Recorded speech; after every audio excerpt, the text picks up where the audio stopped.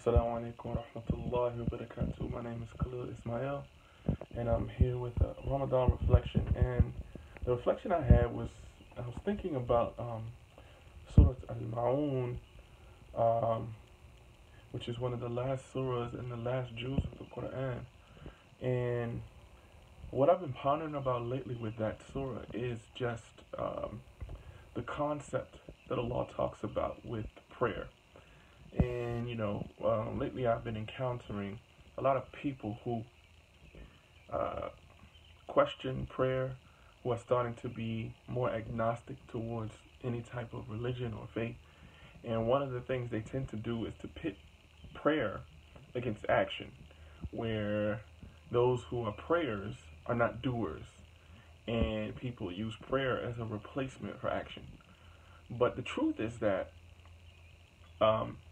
when you read Surah Al-Ma'un, Allah talks about those who are heedless of their prayers. He says, woe to those who are heedless of their prayers, and then who refuse to supply neighborly needs, which is an action. So what's very interesting to me, and the concept that and the understanding that I get from this surah, is that Allah subhanahu wa ta'ala even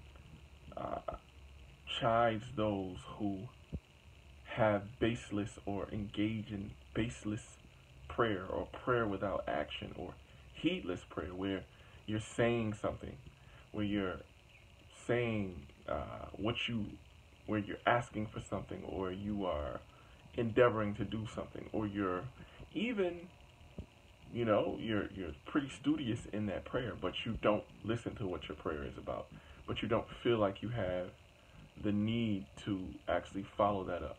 And Allah basically is He's warning those who are maybe come to their prayer, but they don't follow it up with action, with deeds.